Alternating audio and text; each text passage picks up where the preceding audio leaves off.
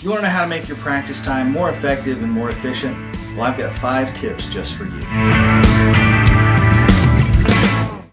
As musicians, and especially guitar players, we're always looking for ways to make our practice time more effective and more efficient. When I was a young student starting out, my teacher told me that I needed to practice 30 minutes every day, which I did. That soon grew into 1 hour. As I progressed, I moved from an hour a day up to 2 hours a day. By the time I was in high school, I was up to 2 to 3 hours a day, and as I began to prepare for my audition into college, I jumped from that to 4 to 5 hours a day. Then once I was in college, I practiced 6 to 8 hours a day. That is quite a bit of time to actually focus on guitar practice, and it's certainly a luxury these days now that I'm a touring musician and doing a YouTube channel and everything else. But one of the things that I learned early on was that scheduling was very important. Tip number 1, schedule your practice time and break it down into 20 to 30 minute segments. By scheduling your practice time, you develop a routine. You also find places during your day where you can squeeze in an extra 30 minutes or an hour. But I found that 20 to 30 minutes was a very good segment for being able to focus on one particular technique. Then I found that if I didn't accomplish what I needed, or if I needed more time, I would roll it over into the next day. So if I spent 20 minutes playing melodic minor scales and fingerings on one day, then I would play 20 minutes the next day of the same thing.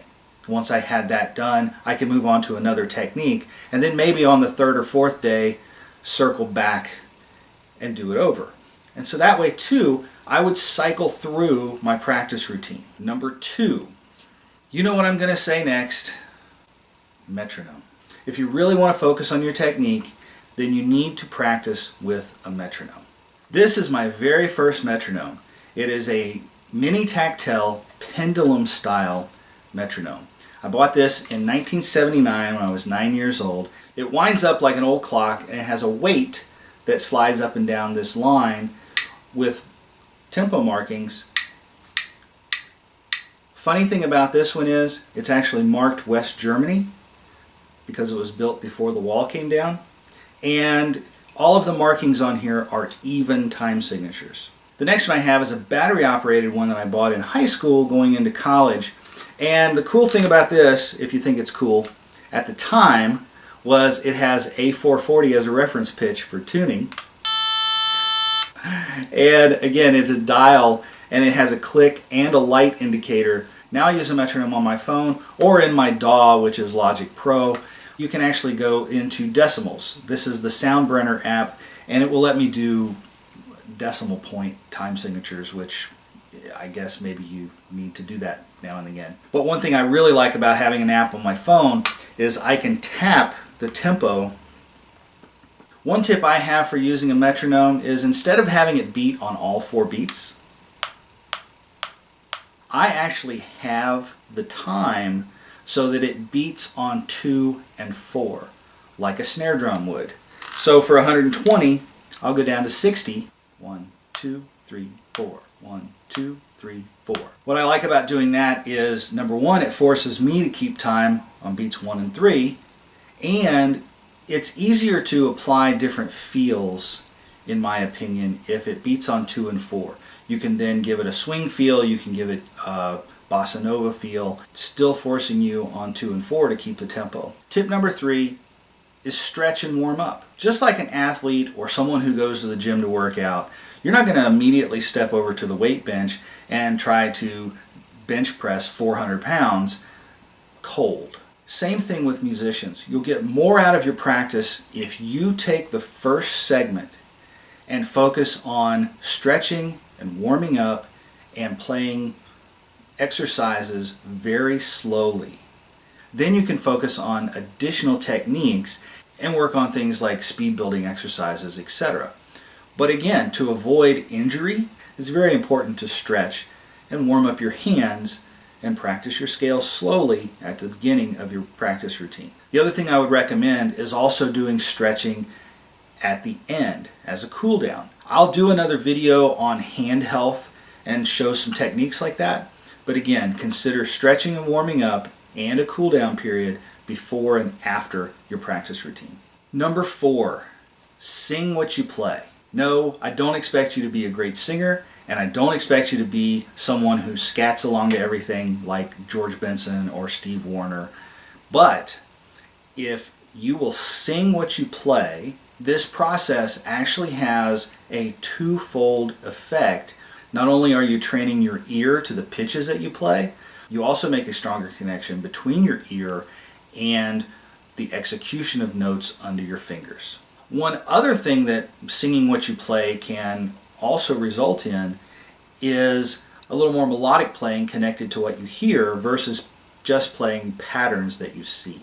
And the last tip is really 2 tips kind of rolled into one. They're connected, and again, I'll do another video on this as well because it's a pretty broad topic, but using focused listening and visualization. What do I mean by focused listening? This is a technique that my teacher taught me back when I was 14 years old. It's really the steps of ear training that lead you into being able to transcribe music. What you're really doing is training your brain and your ear, essentially, to focus on one aspect of the recording that you're listening to. Most recordings that you listen to are going to have drums and bass and guitars and horns and all kinds of things in that recording itself. And you need to be able to pick out specific parts and specific instruments. The other aspect of this is visualization. And with visualization, it's something I use all the time to rehearse and practice. The artists that I tour with, we do a lot of fly dates. And one of the things that I do is I utilize that time on the plane as practice time. Now, of course, I can't have an instrument in my hand, so I will take a recording and I'll take the chart and I will sit using focused listening and visualization techniques to see every note that I have to play. Close your eyes and visualize yourself playing every note, every string.